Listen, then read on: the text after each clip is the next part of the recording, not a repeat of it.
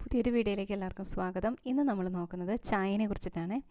നമുക്കെല്ലാവർക്കും അറിയാം, നമ്മുടെ ഒത്തിരി ഇഷ്ടപ്പെട്ട ഒരു സംഭവമാണ് ചായ. മലയാളികൾക്ക് ചായ ഇല്ലാത്തൊരു ദിവസത്തെക്കുറിച്ച് ഓർക്കാൻ പോലും പറ്റില്ല.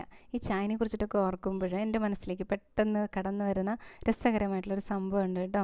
ഒരിക്കൽ ഒരമ്മ മോള് ക്ലാസ്സിൽ പോകാനായിട്ട്, ട്യൂഷന് പോകാനായിട്ട് രാവിലെ എണീറ്റ് റെഡിയാവാണ്. അപ്പോൾ ചായയൊക്കെ ഉണ്ടാക്കി കൊടുത്തു. അപ്പോൾ ചായക്ക് പകരം അബദ്ധത്തിൽ പഞ്ചസാരയ്ക്ക് പകരം ഉപ്പ് ഇട്ട് കൊടുത്തു പോയി. അപ്പോൾ കുടിച്ച് നോക്കിയപ്പോഴാണ് മോള് പറയുന്നത്, അമ്മേ ഉപ്പാണല്ലോ. അപ്പോൾ അമ്മ പറയാണ്, സാരമില്ല മോളെ, അത്രയൊക്കെ ചായപ്പൊടി ഇട്ടതല്ലേ, അത് കളയണ്ട എന്ന് പറഞ്ഞ് മോളെ കുടിക്കാൻ പ്രോത്സാഹിപ്പിക്കുന്നൊരമ്മ. ഇതൊരു എക്സാഗ്രേഷനൊന്നും അല്ല കേട്ടോ, നടന്ന സംഭവം തന്നെയാണ്. അപ്പോൾ അത്രയ്ക്ക് മാത്രം നമ്മൾ ആ ചായയോട് അത്രയ്ക്ക് മാത്രം ഇഷ്ടപ്പെട്ടവരാണ് എന്നുള്ളതാണ് സത്യം.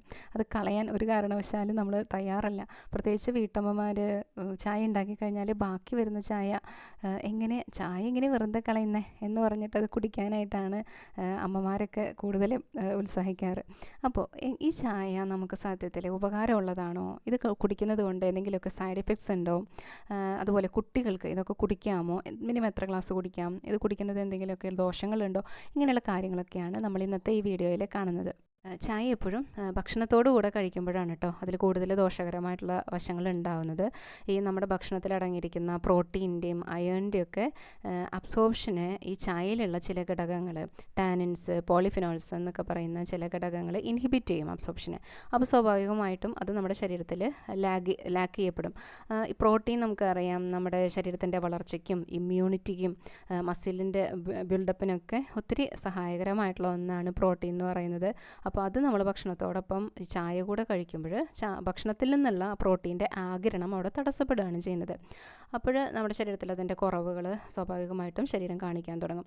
അതുപോലെ തന്നെ മറ്റൊന്നാണ്, അതേസമയം തന്നെ ഈ ടാനിന് ചെറിയൊരു നല്ല വശം പറയുന്നത് എന്താണെന്നുണ്ടെങ്കിൽ ഇത് കുറച്ച് ആൻറ്റി കാർസിനോജനിക്കാണ്.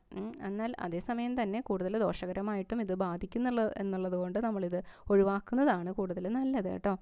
അതുപോലെ തന്നെ മറ്റൊരു പദാർത്ഥമാണ് പോളിഫിനോൾസ് എന്ന് പറയുന്നത്. അത് നമ്മുടെ നമ്മുടെ ശരീരത്തിൽ ചെല്ലുന്ന ഭക്ഷണത്തിൻ്റെ അയേണിൻ്റെ അബ്സോർപ്ഷനെ ഇൻഹിബിറ്റ് ചെയ്യും. പലരിലും HB ഒക്കെ കണ്ടമാനം കുറഞ്ഞു വരുന്നുണ്ടെങ്കിൽ അതിലൊരു കാരണം ചായയുടെ അമിത ഉപയോഗമാണോ എന്ന് നമ്മൾ റൂൾ ഔട്ട് ആയിട്ടുണ്ട് കേട്ടോ. അതുപോലെ തന്നെ നമ്മൾ ഈ അയൺ നമുക്കറിയാമല്ലോ, അയൺ നമ്മുടെ ശരീരത്തിന് ഒത്തിരി ആവശ്യമായിട്ടുള്ള ഒരു ഘടകമാണ്. ഇമ്മ്യൂണിറ്റിക്കാണെങ്കിലും ഇൻഫെക്ഷൻസിനെ ചെറുക്കുന്നതിന്, അതുപോലെ തന്നെ ബ്രെയിനിൻ്റെ ഫങ്ഷൻസിന്, മസിലിൻ്റെ ഫങ്ഷന്, അങ്ങനെ ഒരുപാട് ഘടകങ്ങൾ, ഒരുപാട് ഗുണങ്ങൾ നമ്മുടെ അയൺ നമ്മുടെ ശരീരത്തിലെ ഒത്തിരി ഫങ്ഷൻസ് നിർവഹിക്കുന്നുണ്ട്. അപ്പോൾ അതിൻ്റെയൊക്കെ അബ്സോർപ്ഷൻ തടസ്സപ്പെട്ട് കഴിഞ്ഞ് കഴിഞ്ഞാൽ ശരീരത്തിൽ അതുപോലെയുള്ള ദോഷഫലങ്ങൾ ഉണ്ടായിക്കൊണ്ടിരിക്കും. അതുപോലെ നമ്മൾ പറയുന്ന മറ്റൊരു പ്രധാനപ്പെട്ട കാര്യമാണ് 5 വയസ്സോ അല്ലെങ്കിൽ 10 വയസ്സിന് താഴെയുള്ള കുട്ടികൾക്ക് ചായ മാക്സിമം ഒഴിവാക്കുക. അവർക്ക് അതൊരു ശീലമാക്കാൻ അനുവദിക്കാതിരിക്കുക. നമ്മളാണല്ലോ അവരെ ഈ ശീലങ്ങൾ പഠിപ്പിക്കുന്നത്. അപ്പം നമുക്ക് സ്വാഭാവികമായിട്ടും ഇത്തരം ശീലങ്ങൾ കുഞ്ഞുങ്ങളിൽ ഒഴിവാക്കി കൊടുക്കുക. കുഞ്ഞുങ്ങളിൽ വിളർച്ചയ്ക്ക് കാരണമായി തീരും ഈ ചായയുടെ ഉപയോഗം കേട്ടോ. അവർക്കത് ശീലം ആക്കാതിരുന്നാൽ മതി. അവർ പിന്നെ അത് ചോദിക്കാനിടയാവില്ലല്ലോ. അത് മറ്റൊരു വിഷയം എന്ന് വെച്ച് കഴിഞ്ഞാൽ, ഈ ചായ കുടിച്ച് കഴിയുമ്പോൾ പെട്ടെന്ന് ഉണ്ടാകുന്നത് ഒരു ഫുൾനെസ് ഓഫ് സ്റ്റൊമക്ക്, അങ്ങനത്തെ ഒരു ഫീലിംഗ് ആണ്. വയറ് നിറഞ്ഞതുപോലുള്ളൊരു ഫീൽ ഉണ്ടാവും. അപ്പോൾ കുട്ടികൾ ഭക്ഷണം കഴിക്കുന്നത്, നല്ല പോഷകാഹാരങ്ങൾ കഴിക്കുന്നത് കുറയാനായിട്ടുള്ള സാധ്യതയുണ്ട്. അപ്പോൾ നമ്മുടെ വീട്ടിലുള്ള കുഞ്ഞുങ്ങളൊക്കെ തന്നെ ഭക്ഷണത്തോട് വലിയ താല്പര്യമില്ലാത്തവരാണ്, വിശപ്പധികം അനുഭവപ്പെടാത്തവരാണ് കേട്ടോ. അപ്പം അതിൻ്റെ കൂടെ ഈ ചായയും കൂടെ ചെല്ലുമ്പോഴത്തേക്കും അതൊന്നും കൂടെ കുറയാനായിട്ടുള്ള സാധ്യതയുണ്ട്. അപ്പോൾ നമ്മളത് മാക്സിമം ഒഴിവാക്കാൻ ശ്രമിക്കണം കേട്ടോ. എപ്പോഴാണ് ഇനി കുടിക്കാതെ പറ്റില്ല എന്നുള്ളവർക്ക് എപ്പോഴാണ് ഇത് കുടിക്കാൻ പറ്റുക എന്ന് പറയട്ടെ.